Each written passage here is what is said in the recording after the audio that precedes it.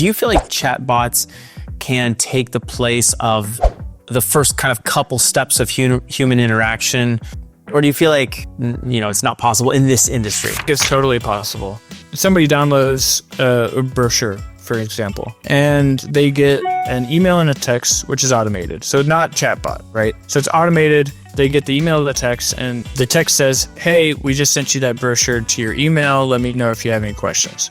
Then 1 minute later, quick question, what date are you thinking of getting married? So then that's the response question. We get a high response rate on that. And so they don't know that it's not a real person.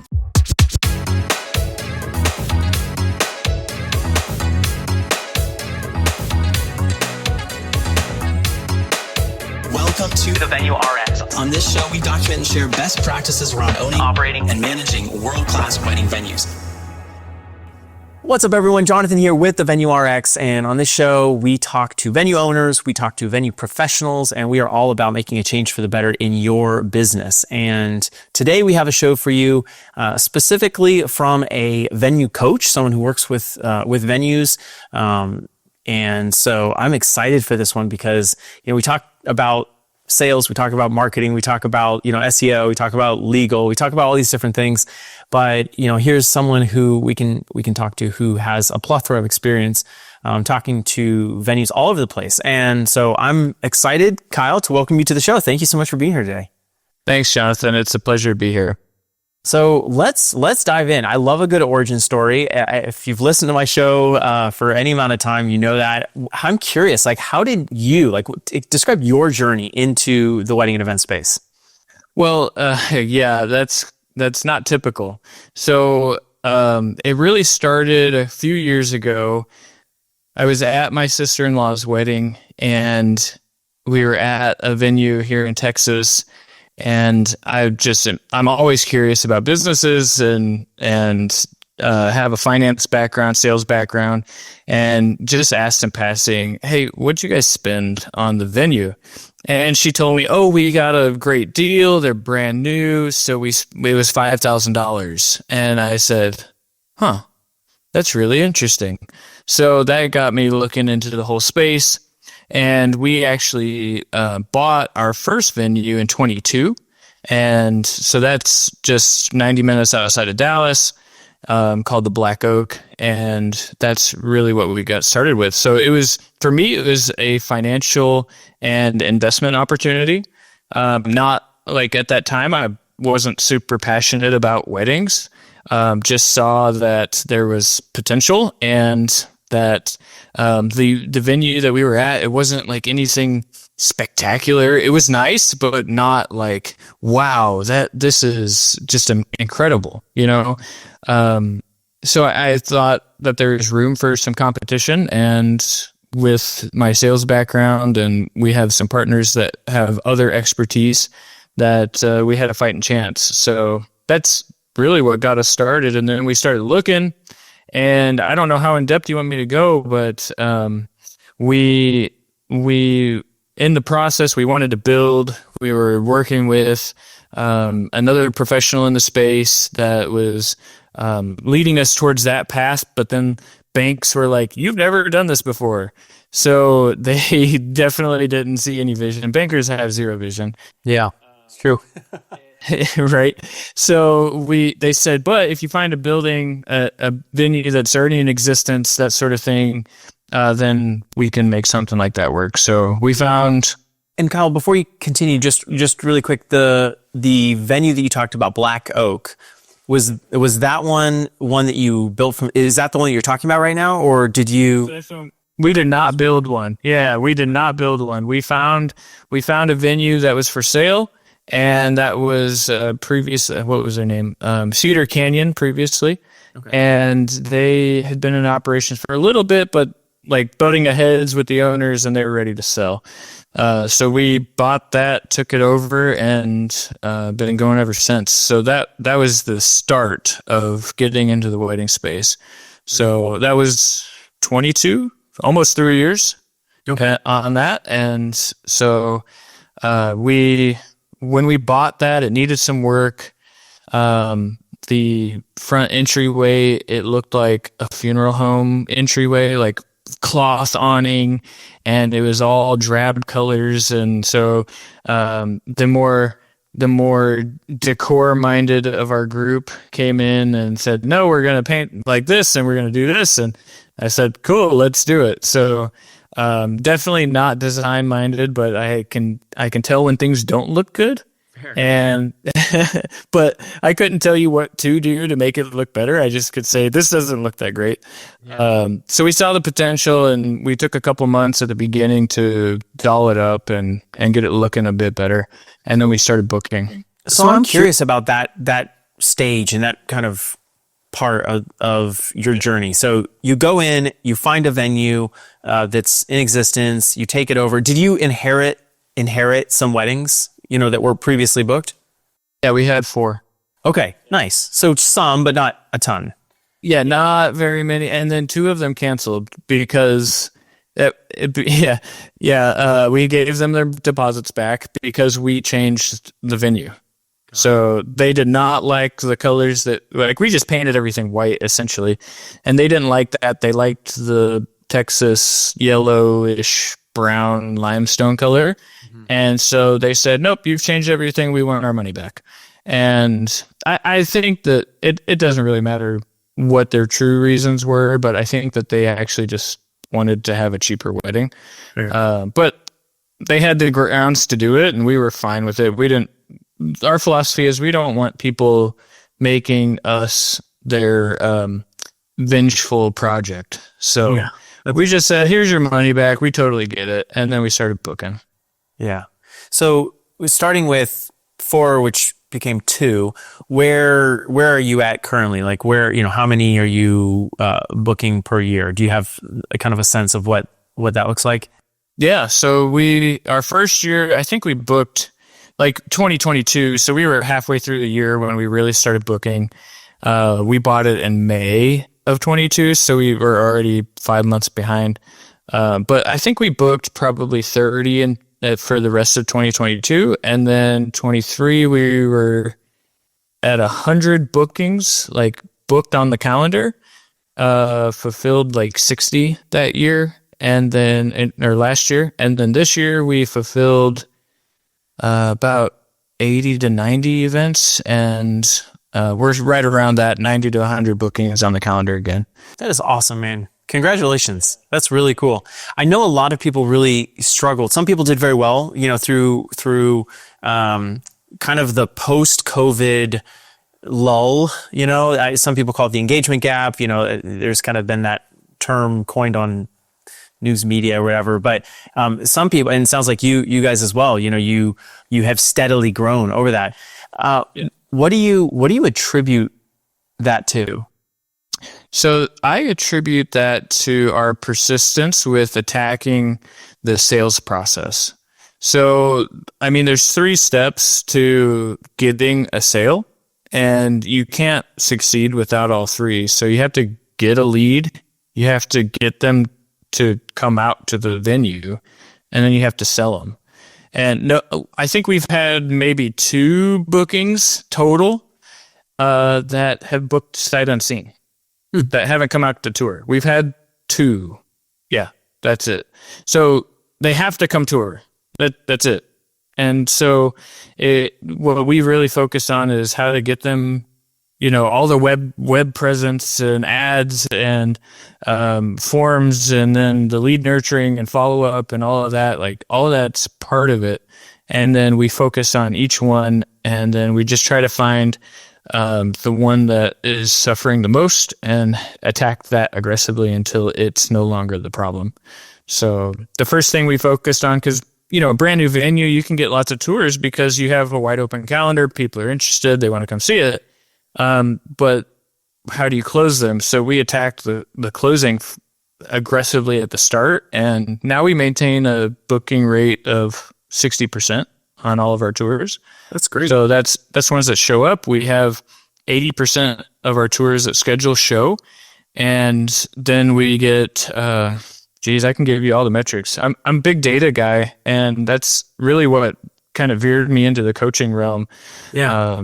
But we get probably about 1,500 to 2,000 site visitors a month. Of those, we get about 100 leads, and then 19% of those turn into tours. And so that's about our metrics. So the one that we're working on right now is conversion rate. So getting our site to convert better. But we know that because we know our numbers. So I'm curious. I'm curious. I want to go back to the numbers because I think that's something that I've been spending a lot of time in our business on, and I want to come back to that. But just really quick. So what kind of to continue and maybe bring us to current day? How did I bump into you basically at Wedding MBA? Like finish the story. So you're doing bookings, you're doing well, you have your venue going. And the question about that, did you hire team members early on, or were you doing the selling yourself? Tell me a little bit about your operational model. Yeah, so it was myself and my partner, my business partner, also my sister. She lives 15 minutes from the venue and I live an hour away. So logistically, she handles the day-to-day operations. I do a lot of the back-end support, a lot of clerical work, that sort of thing. We didn't hire any staff for the first while. So it was either her or myself doing tours.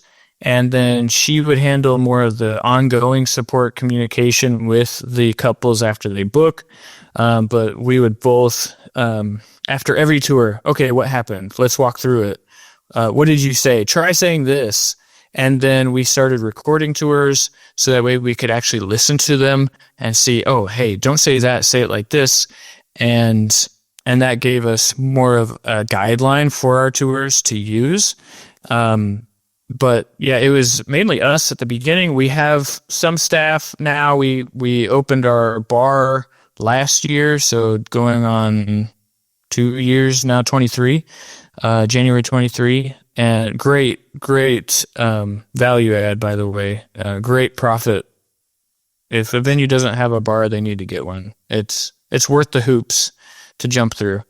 We did that, so we had. Yeah, go ahead. I was going to ask about the bar. Maybe I'm going to regret because this is a totally different tangent, and we could all get into operations. But there's lots of things.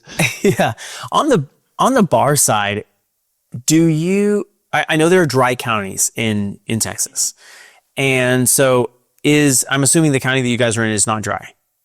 It's dry. Okay, so how did you get around that? Because I know the liquor licenses, liquor laws across the country are just insane, and they vary like in the craziest ways. Like we have venues in Connecticut and we have venues in California, and the differences in the liquor laws are mind-boggling. Yeah, but how did you get around that? Like, what's the workaround for people if they're thinking about it? So in Texas, I can speak to that because that's what I know. But in Texas, the city was wet, the county is dry, and the Texas authority leaves it up to the county clerk. So they say, we don't care as long as your county clerk doesn't care. So county clerk, we approached that individual and she said, no, you can't have a liquor license. You have to become a private club. So we had to make a brand new entity. We had to then, and it's like a nonprofit, basically. We had to make a nonprofit private club, and that rents from our venue, and they're the ones that operate the bar, even though it's us, and then you have to have 50 members from the community, like from the county. You have to get 50 members all sign this thing that says, yes, we're a part of it. And then you have to have member logs, and it's like 1 out of every 3 people that come into the venue who are drinking need to be members. And so for the parties, you have basically like, a 100-person party, you need 30 of those people to be members. And so you have those members, like family of the couples and that sort of thing, and they become members of your club.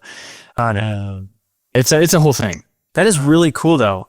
So I haven't talked about this on the show, and I probably should at some point, but we have one of our venues that's going through the exact same thing. We're going through a lodge entitlement for ours, and it's basically a private lodge, and the liquor license we're getting is a club liquor license where members only, we're literally doing the exact same thing. Exactly. And renting separate LLC, it's actually a 501c8. So a little bit of a different way. You're shuffling you're shuffling the money around a little bit, but the end result is you have a liquor program on site. Exactly. Yep. So it was a bit more hoops to jump through. And the county clerk even said, you can become a private club. That's the only way you can do this. So she could have just said, yeah, go for it. We're not by a school. We're not near anything. We're actually on 48 acres in the middle of nowhere, 10 miles south of town. And she could have said, yeah, go for it. But no. So that was not fun to deal with, but we did it, we got through it, and I really don't worry about it now. So we're actually renewing it. So it's like a 3-year or 2-year permit that you have. So you have to renew it, but it's not that bad.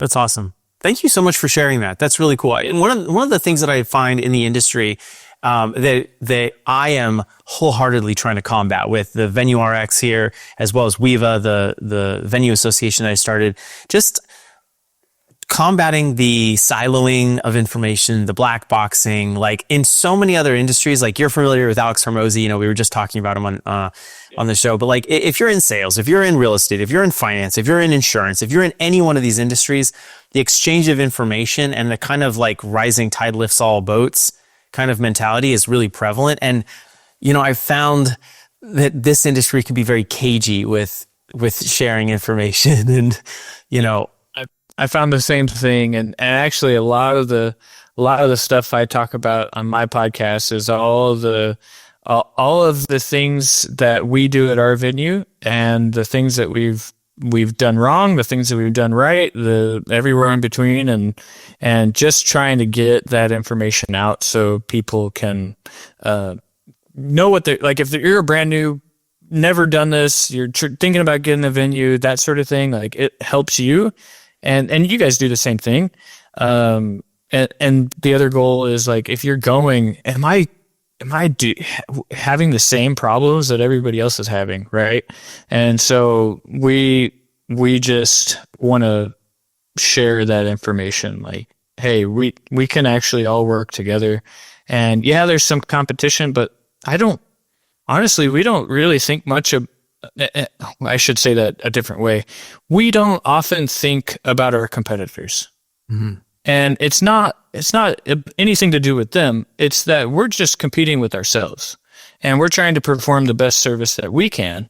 And different couples vibe with different venues, and you can have the exact same aesthetic, but different managers or different staff, and they're going to like one over the other. So, I mean, really, it doesn't, like, we don't think about it. Yeah. So, and different models. Some people have the more like all-inclusive model. Some people have more like a creative or blank canvas model. Is that where you guys started, and then you added on the liquor after you were just doing space only? Yep, exactly. So we inherited the tables, chairs, linens, that sort of thing. So it wasn't like DIY, but we set everything up, and then we did the cleanup afterwards. We don't make anybody stack chairs or tables, that sort of thing. But other than that, I bring in your vendors. We had some preferred vendors from the previous venue, but some of those have no longer, they didn't make pass muster, if you will. Yeah. They removed themselves from our list, and we curate that now, and it's crazy because we actually get lots of vendors that will email us or message us and say, hey, can we get on your preferred vendor list? And now we say, we're not just going to put you on our list. We don't know you. Like, you're welcome to come work the event if you get an event, but we try to create the total environment at our venue. So we focus on, are the vendors that we recommend the ones that are going to give the best service? And so we've focused on that to give excellent back-end support, so we have personal relationships with all those vendors, that sort of thing.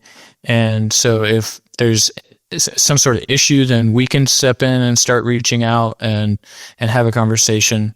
And so it's been really beneficial for our couples and for the vendors as well. But yeah, I mean, it's a big deal. Yeah, that's awesome. That's super cool to hear the progression. So I know we kind of like went on a tangent with the bar, which was awesome, but let's get back to it. So you're here, you're doing, the venue's going well. And then at what point are you like, hey, coaching, that's the direction that we want to go, and podcasts, like when did that come about? Well, yeah. So last year I was taking a look at the numbers, as I do, and I noticed that we hadn't had any change in our ad creatives for a while, and we had hired some help, and nothing had been changed. So I started digging further and saw that I'm not like marketing background or anything like that. Historically, it's mainly sales, but I know enough to know when something isn't being done right, and saw that the SEO wasn't being done. All the meta tags and descriptions and headings were all off on our website. So I started learning SEO just to fix everything. And then I started learning paid ads just to fix our stuff. And then we started getting better results. And I'm like, well, this is interesting. So I started offering some help to other venues. And then what I realized when I was talking with other venues, because I started at the beginning of this year, I started offering that as a paid service. And what I realized when I was talking with these other venues was they had a selling problem, not a lead getting problem. Most of them. Now there are some that absolutely they're getting 3 to 5 tours a month. They totally need marketing help.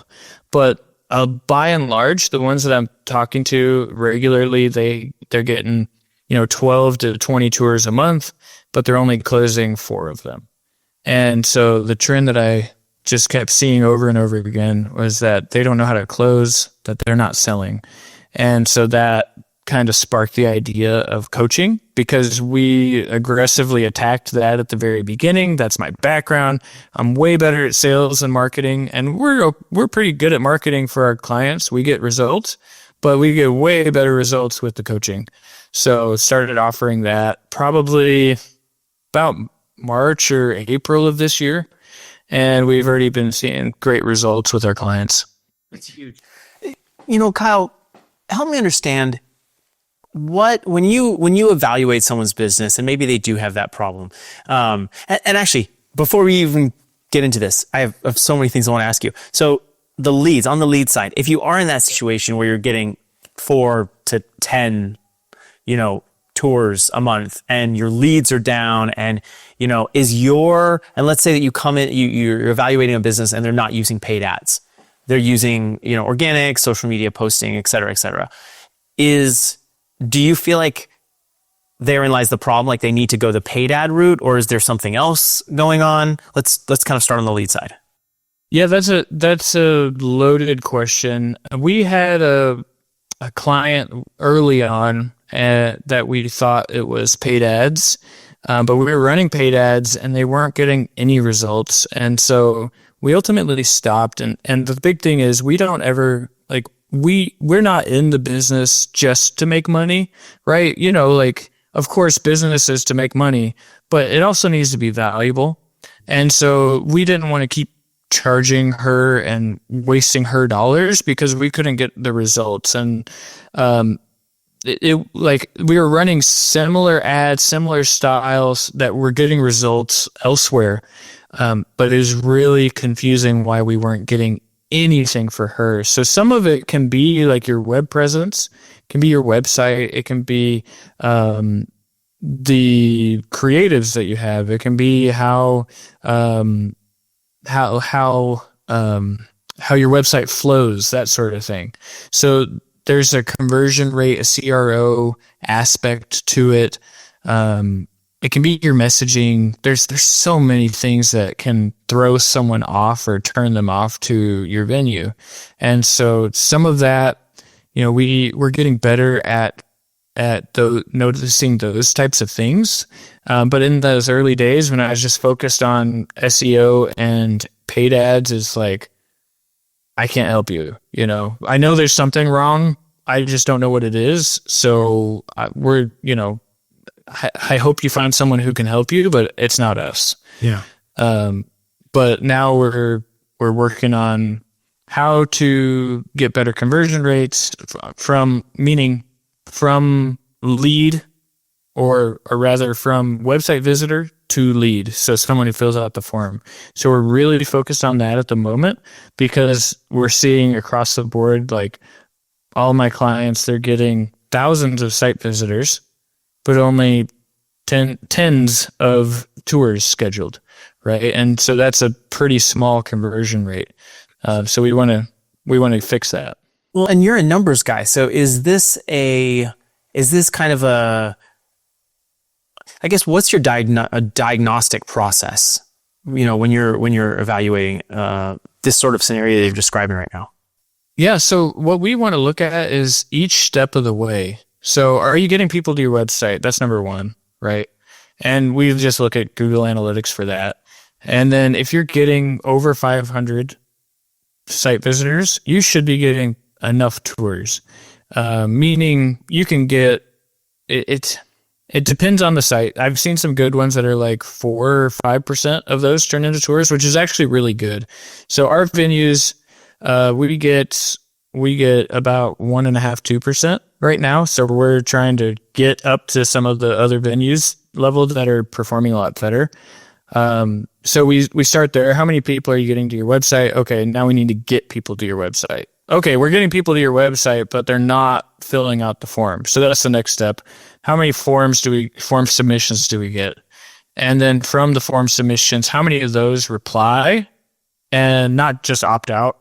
Because countless will just say stop. You know, they just want the brochure. They're kicking tires. It's not a big deal, but it self-eliminates, which is great. So you don't waste time on them. But we look at how many reply to and we have automated messages that go out that prompt a conversation. And so then we'd look at how many respond to that.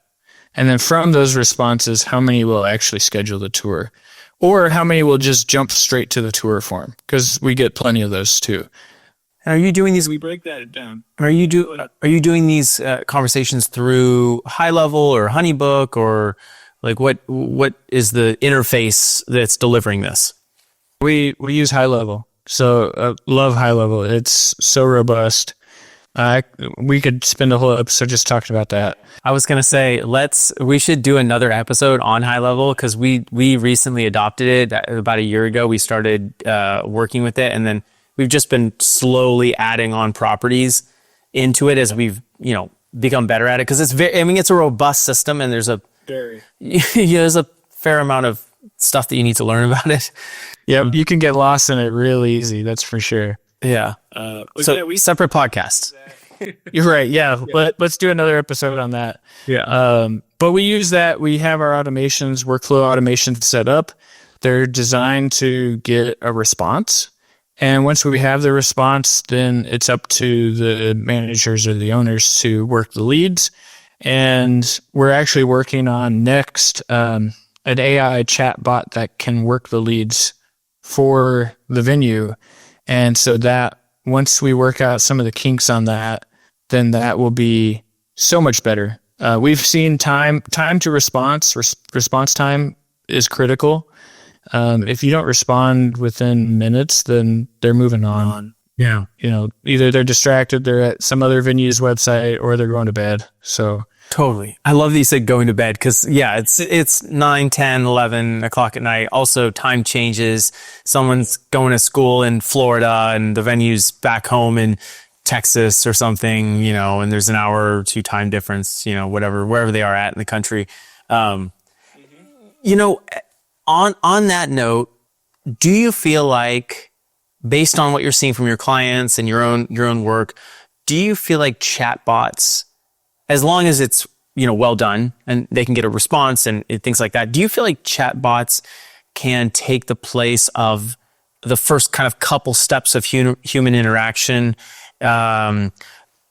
pricing? Do you have this data available? Like those sorts of questions, or do you feel like it's it's not possible in this industry? No, I think it's totally possible. I mean, we have, so our first question, somebody downloads a brochure, for example, and they get an email and a text, which is automated. So not chatbot, right? So it's automated. They get the email, the text, and the email says, hey, here's your brochure with the link to it. The text says, hey, we just sent you that brochure to your email. Let me know if you have any questions. Then 1 minute later, and this is still just automated. It's not a bot. But then 1 minute later, it says, quick question. What date are you thinking of getting married, or something like that? So then that's the response question, right? And we get a high response rate on that. And so they don't know that it's not a real person. It sounds like the first one, they definitely recognize as automated. Yeah. Right? Because it's got the opt-out message and it says Kelly from the Black Oak and all this stuff. It's so fast too. It's like, exactly. Yeah. It's immediate. Yeah. And then the next one is just a one-line question, and it comes in so quickly as well, but it seems like, oh, this person's on top of it. But what doesn't work well is when you ask that question automatically, they respond 30 seconds later, and then you don't respond for 2 hours. Like, where'd you go? Or 2 days. Yeah, and I have a client that is like that. Yeah. That takes 2, sometimes 3 days to respond. And it's like, you're wasting your leads. Yeah. Yeah, it drives me insane. So that's the disconnect that we're already seeing right now, is that, and even if a venue owner or manager is so good at responding, there are times when they just can't, right? They're on a tour, or they're working an event, or it's whatever, their mom's birthday and they took the day off, or, any host of things. They can be on it 99% of the time, but still not be able to respond every time. And so, yeah, I think that a chatbot in that instance comes in, they say, hey, I'm looking at October 25th. And the bot says, great, is that this year or next year? Right? Oh, okay. And then it references the calendar and then says, that's available, or, hey, that's not available, but I have some other Saturdays in October, or are you open to a Friday, Sunday? Different options to go through to keep them engaged and verify or double check their flexibility. And I really don't see that being something that is too cosmic to do or really off-putting to a prospective couple. Totally. And especially, I don't think they'd even notice. yeah, well, and especially in today's, with today's clients. I mean, a lot of them were mobile native. Like, they get that you have I think, a very aware client. They are used to chatbots. They're used to kind of like self-service options. In fact, they probably prefer those to having to like wait on hold for 30 minutes or 40 minutes. Like, when was the last time you did that? It was like when you were calling the IRS or something. Yeah, when you have to, right? You're like, I have to be on this hold music for 2 hours. Yeah. Right? And you don't want to. No. Yeah. Yeah. So that's super interesting. Okay. So Yeah, I really think that the chatbots can more efficiently schedule the tours. And then also on the back end, following up to make sure that they actually show up. Right. And so there's a component there, and we have automations for that as well. But having some extra touches that don't sound so rigid is nice. And yeah, I see it as a way, and it's unfounded because we haven't worked through all the kinks yet. The hardest thing we're having is connecting it to the booking calendar. yeah. I was going to ask that. Like, do you see this being a future possibility, or do you feel like technologically we're there right now? It's just massaging the system. I think that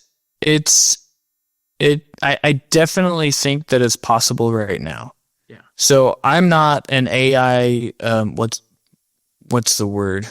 Scientist or, anything like that. I don't know it. I know I know what I see, and what I see is it should be possible. Yeah. Right now. So we're actually working on. I got a couple of IT guys on the team that are not AI either, but they know it a bit better than I do. They're closer to it. And so I have them looking into it and trying to figure it out as well. So yeah, it should be possible. I think that we could have something ready in the next couple of months. And then I always test everything out that I like. I'm like a mad scientist in the lab. I'm like, hey, let's see if this works. And then I test it on my own venues because I don't want to risk a client with some experiment. And then it works, and we're like, cool, let's push it to everybody. And if it doesn't, then we say, okay, let's just forget about that one and move on.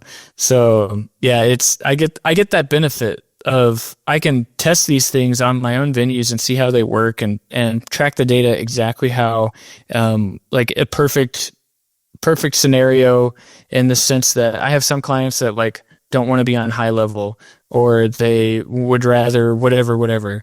And so it makes it hard for me to see all the data. But on my own venue, I can track everything. So it also makes it easier for me to see how it performs. Totally. And could probably get some feedback too. You know, if your sister's doing the tours and you're like, hey, when you do this tour, say it like this, like, what do you think about that? And then she can give you that direct feedback. And then it's like, okay, we tested both. Like, we tested both sides, both the digital delivery, and then we also tested the on-site performance of the actual sales process, you know, where you're meeting them on site, some of those things that really make a difference. Yep, exactly. This is really fascinating. You know, I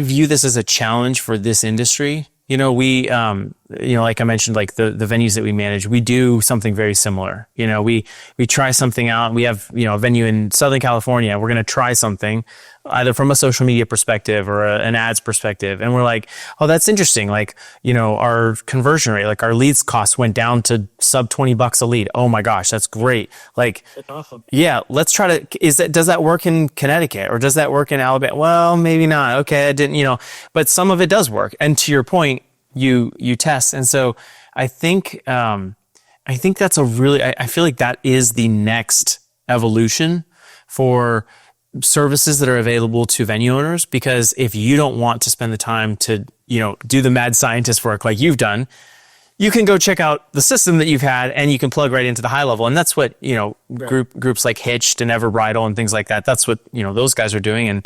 And so very cool. That's awesome, man. The podcast. So when you started the podcast, it's more you kind of just, you know, direct to the listener. What was the process? Like, what are you looking to get out of that? Like, how does that build into your business today? And maybe kind of how has that shaped the venue that you're running? Yeah, great question. So I started that at the beginning of the year as well. And really, I just wanted to share everything, you know, all the good, the bad, the ugly, you know, hey, this is what we did when we bought our first one. We actually bought our second one September of last year. So, what changed when you buy your second one, things that you notice and things that you don't know, techniques that we use. I talk a lot about paid ads, SEO. I talk about the sales process itself. So breaking down how to do a tour and how to close them and how to get more sales. I really focus heavily on that because, again, that's the need in the community that I'm seeing the most of. And so really I think the goal with the podcast is just to provide as much value as possible. So putting information out, if somebody is struggling with something, I've probably struggled with it too. Like I've been there with our our biggest one, with buying our second venue, for example.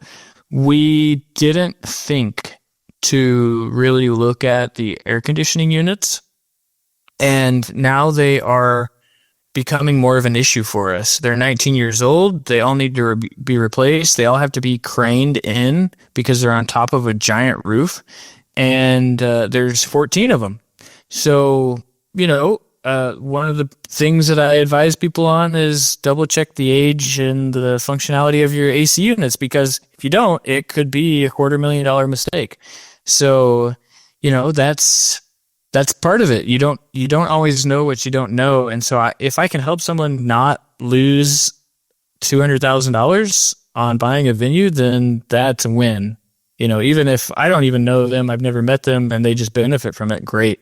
Because I would rather that happen than they not know and get hosed when their AC unit goes out, and then the next one goes out, and now you're replacing all of them. So yeah, it's things like that. So that's on the negative side, but on the positive side, like I break down numbers and the different revenue streams that we're trying and the things that we're doing, and then everything in between.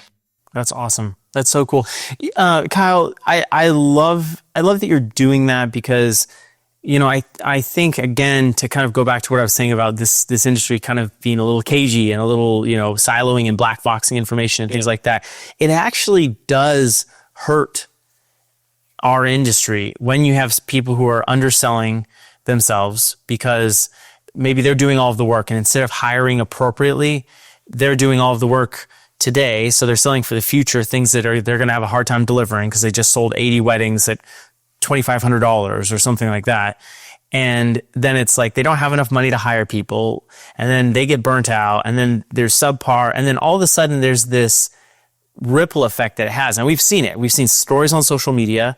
And all this stuff goes viral, it's shareable, and there's this kind of general impression that the wedding industry and venues are, hosing people because stuff is so expensive, and oh my gosh, a wedding costs, $20, $30, $50, $80, $100,000. And then the polar opposite side of that is people have Pinterest and they're like, I want this, and so to get that, you need to spend. You got to spend 80 grand. 80 grand. Yeah. Yeah. And wow, go figure. So when we are better, I think, as operators, we're charging correctly. We don't have these big issues where, we're in the news in negative light. It actually helps. Like if I have a venue even right next to your venue, let's say you and I have a venue right next to each other. Yeah. They go to my venue and they talk to my team, and then they go to your venue and they talk to your team, and they might really resonate with Kelly, I think you said, right? Yep. But I maybe spent some time saying, hey, the wedding that you're trying to plan is not a $15,000 wedding. It's more of like a $35,000 wedding. They now have that expectation. They roll into the conversation with Kelly, kind of having some education, and vice versa.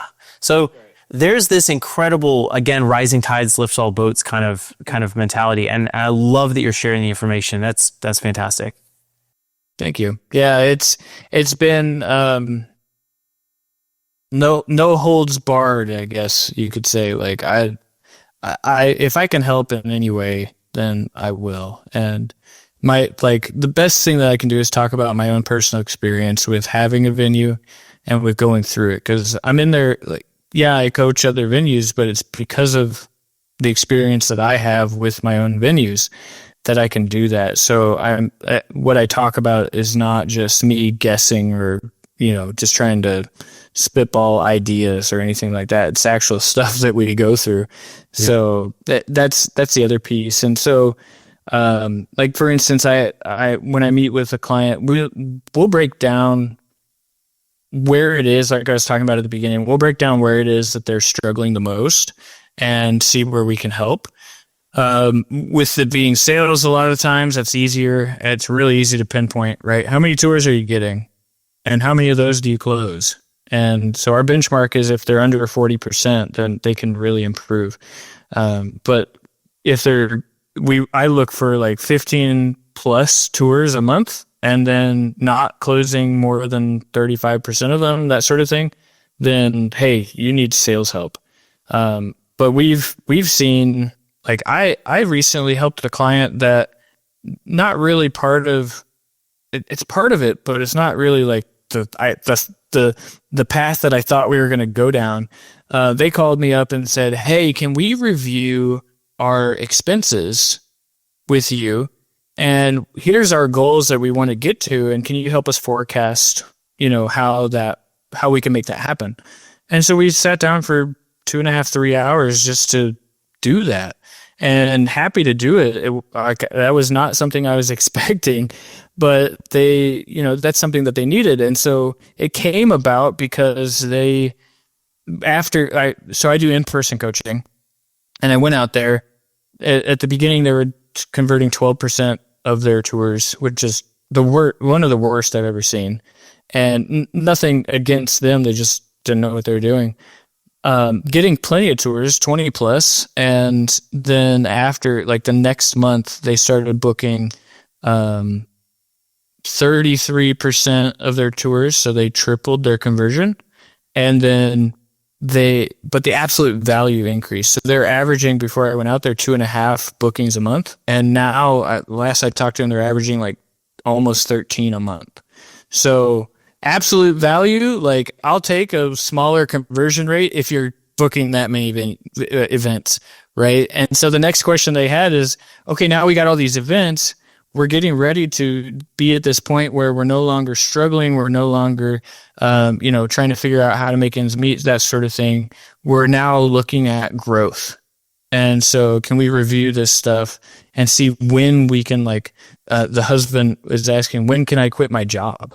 And so we're looking at that, and I'm like, okay, based on these numbers, provided nothing else changes, next spring should be the time for you to do that.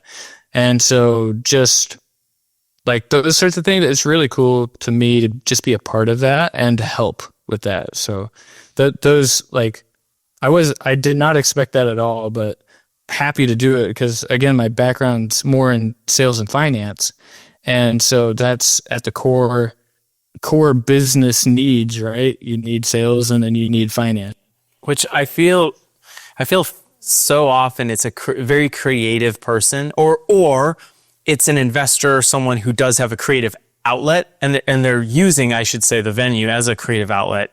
And they're like, oh, I have been very successful in like a plumbing company or a trade or something, and they have, or tech or something. And they're like, I want to do something very different. They get into this industry, but then it's different because this blend of like creative, but you got to go back to the business fundamentals. Totally. Right. Yeah. The business has to make sense, but also you can't forget who you're serving. Right. And so, like, me personally on my day-to-day, I'm more thinking about the analytics and the numbers and that sort of thing. But because sometimes I still fill in at our venues, I'll go and help. Like this past Saturday, I was bar backing at our second venue, just slinging drinks.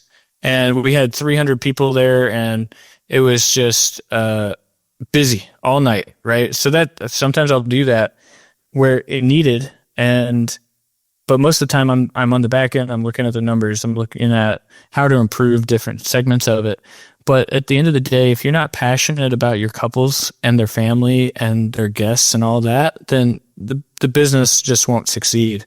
And people can tell. So there's like some people that get in because they see the opportunity, and there's big opportunity, but they get in, they see it, and then they just treat it so transactionally. It falls apart real fast because people don't want that. They want an experience.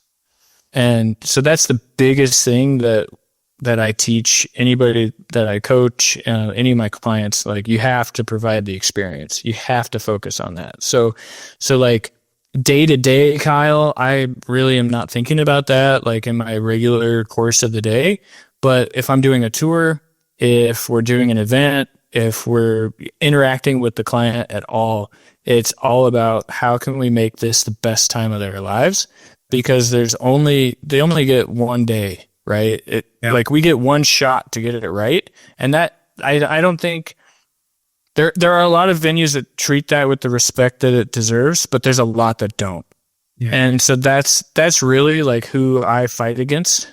Is like, if I were to say any venues that I would oppose vehemently are the venues that don't treat the couples like it's their biggest day of their life. Yeah. Because they deserve that. And that's what they're paying for. And a lot of venues, like we had a manager that we had to let go, who looked at a problem during an event and said, "Not my problem." And it's like something that's so easy we could have fixed, and just didn't do it. And we're like, "Nope, that's not the vibe we're going for. Sorry, you're no longer a part of this company." So, but like no hesitation on that. You have to bend over backwards. And I know somebody's going to listen to this and hear that and go, "Well, what about when they're acting all whatever?" Like, yeah, deal with them until they're gone, and then don't ever deal with them again. Like, it's not that complex. They paid for you to do this service for them. Do the service, and just know that there's an end date. It's not like it continues on for forever. That reminds me, like, my brother-in-law is a physician, and he doesn't have the sort of role where, and physicians just in general don't have that role where there is an end date.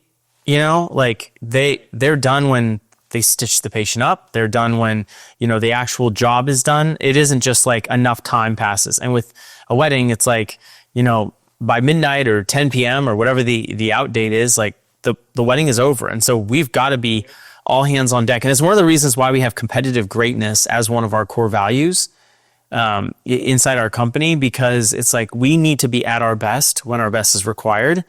And, Exactly.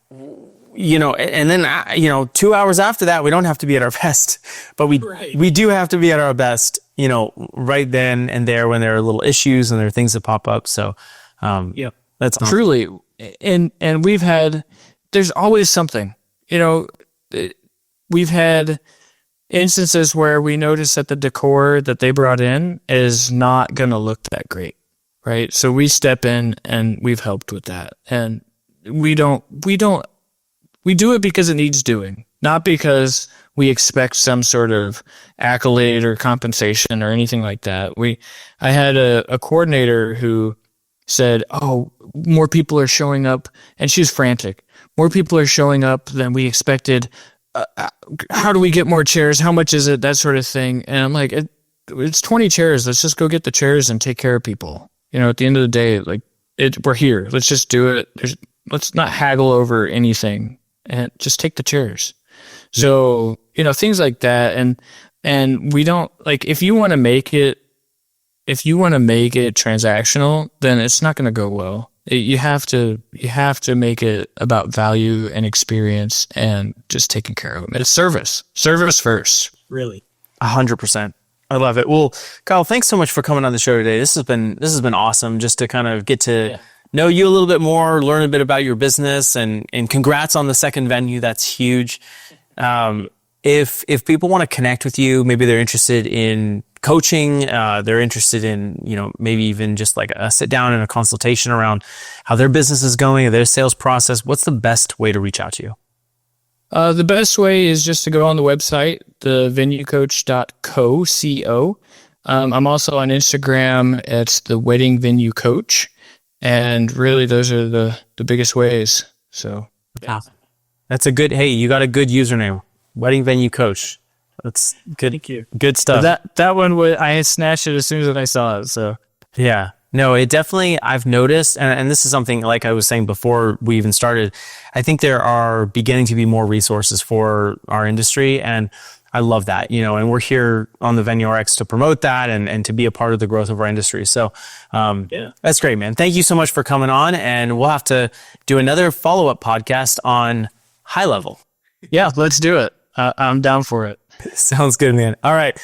Thank you so much for coming on. Thanks, Jonathan. Hey there, friends. Jonathan here, and I wanted to share about Common Sense Events Management Services.